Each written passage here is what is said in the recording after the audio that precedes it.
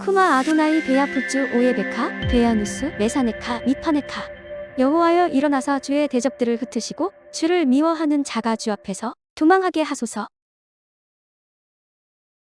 샬롬 생각하는 성경 홀리아미입니다. 제가 어제의 말씀에서 아브라함의 언약을 어떻게 대하는지에 따라 평가가 달라진다고 말씀드렸습니다.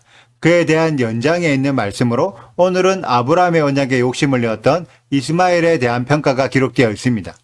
재미있는 구절이 12절인데 이스마엘의 어머니 하갈은 사라의 요종이라는 평가를 받았지만 이스마엘은 아브라함의 아들이라는 공식적인 인정을 받았습니다. 하갈은 아브라함의 아내가 아니었지만 이스마엘은 아브라함의 아들이 되는 재미있는 평가가 내려졌죠. 왜 이런 차이가 났을까요? 앞선 21장의 내용을 보면 하갈은 아브라함과 떨어지게 되었을 때 자신이 버려졌다고 생각하여 아브라함의 언약과 자신이 부엘 라헤로이에서 받은 언약까지 모두 내팽개치고 죽으려고 했습니다. 하지만 하나님이 하갈과 맺은 언약을 기억하셔서 하갈과 이스마엘을 살려주시고 번성하게 만드셨죠. 그런데 하갈은 이 과정에서 하나님의 방식을 따르지 않고 자신의 생각을 따라 애굽 땅에서 이스마엘의 아내를 구해줍니다. 그렇기 때문에 하갈은 아브라함의 언약에서 완전히 떨어져 나가 언약과 상관없는 외부인의 평가를 받게 되었습니다. 그것이 사라의 요종이라는 평가였죠. 그런데 이스마엘은 아브라함의 언약이 매우 중요하다는 것을 알고 있어서 이삭이 태어나기 전까지 자신을 통해 하나님의 계획들이 진행될 것이라고 생각했습니다. 그리고 아브라함도 이삭이 태어나기 전까지 13년 동안 이스마엘을 통해 하나님의 계획들이 이루어지게 해달라고 기도했을 것입니다. 그래서 21장에서 이스마엘은 하나님과의 언약을 빼앗기기 싫어서 이삭을 놀리고 괴롭혔던 것입니다. 그만큼 아브라함의 언약을 차지하려는 욕심이 있었다는 거죠. 그 욕심의 대가로 이스마엘도 큰 민족을 이루게 된다는 새로운 언약을 받았었고 그 말씀의 성취가 오늘 말씀 16절입니다. 이삭의 아들 야곱을 통해 12명의 아들들이 태어난 것처럼 이스마엘의 아들들도 12 지도자들을 만들어 큰 민족을 이루게 됩니다. 이것은 분명 하나님께 받은 복이라고 할 수 있습니다.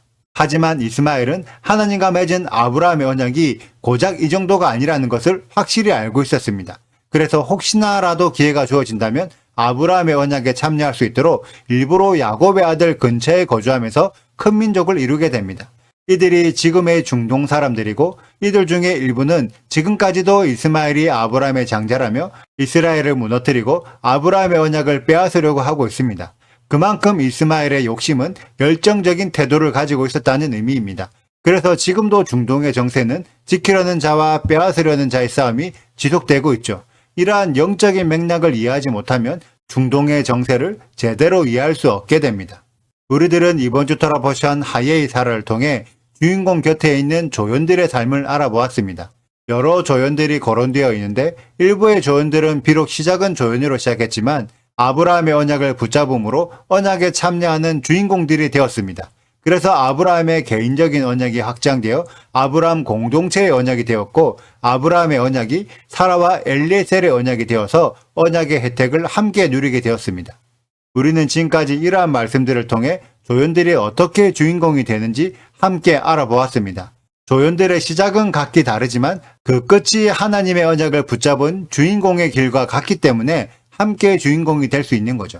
그런데 언약을 붙잡지 않은 조연들은 시작은 같을 수도 있겠지만 그 끝이 주인공의 길과 달라지게 됩니다.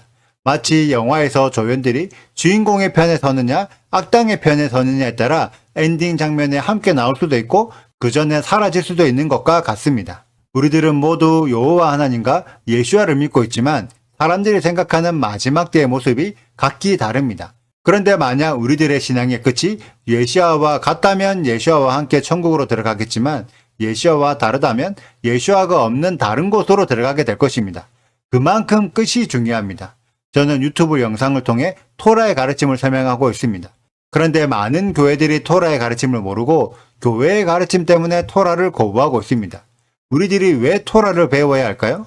그 이유는 천연왕국에서 왕으로 통치하실 재림 예수아께서 토라를 지키는 메시아 왕국을 만드실 것이기 때문입니다. 그래서 예수아와 함께 천연왕국 안으로 들어가서 함께 주인공이 될 왕노릇 할 자들은 예수아와 마찬가지로 토라를 지키는 자들입니다. 우리들 모두는 예수아를 믿으면서 믿음을 시작했습니다. 그렇다면 그 끝도 예수아와 동일한 믿음으로 끝을 맺는 언약에 순종하는 신앙을 가진 우리 홀리아미 가족들이 되시길 축복합니다. 오늘의 영상은 여기까지입니다. 오늘의 말씀 읽으시고 질문 있으시다면 언제든지 댓글로 남겨주세요. 오늘도 감사합니다. 샬롬! 사라의 여종 애굽인 하갈이 아브라함에게 낳은 아들 이스마엘의 족보는 이러하고 이스마엘의 아들들의 이름은 그 이름과 그 세대대로 이와 같으니라. 이스마엘의 장자는 느바요요, 그 다음은 게달과 아프엘과 밉삼과 미스마와 두마와 마사와 하닥과 데마와 여둘과 나비스와 게드마니. 이들은 이스마엘의 아들들이요 그 촌과 부락대로 된 이름이며 그 족속대로는 12 지도자들이었더라. 이스마엘은 향년이 137세의 기운이 다하여 죽어 자기 백성에게로 돌아갔고 그 자손들은 하윌라에서부터 하스루로 통하는 애굽 밥술까지 이르러 그 모든 형제의 맞은편에 거주하였더라. 구독과 좋아요를 눌러주세요. 그리고 알림 설정도 해주시고요. 사랑과 관심 부탁드려요. 슈바 아도나이 리베보트 알레페 이스라엘 여호와여 이스라엘 천만인에게로 돌아오소서.